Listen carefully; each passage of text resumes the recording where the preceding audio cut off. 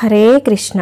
శ్రీమద్ భగవద్గీత 3వ అధ్యాయం కర్మయోగంలోని 18వ శ్లోకం.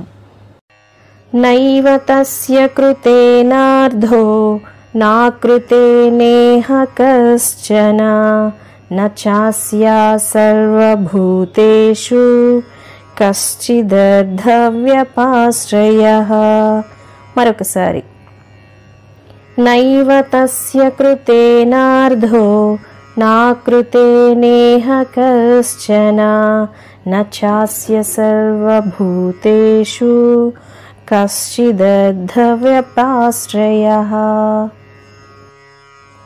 భావం: ఇటువంటి ఆత్మజ్ఞానులైన వారు తమ విధులను అనగా కర్మలను చేయటం వలన కానీ చేయకపోవటం వలన కానీ వారికి వచ్చేవి పోయేవి అంటే లాభ నష్టాలు ఏవీ ఉండవు. తమ స్వార్థ ప్రయోజనం కోసం వారు తమ జీవుల మీద ఆధారపడవలసిన అవసరమూ లేదు అని భగవాన్ వివరించారు.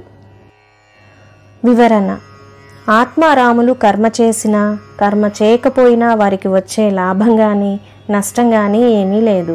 వారు పూర్ణకాములు అనగా అన్ని కోరికలు తీరినవారు.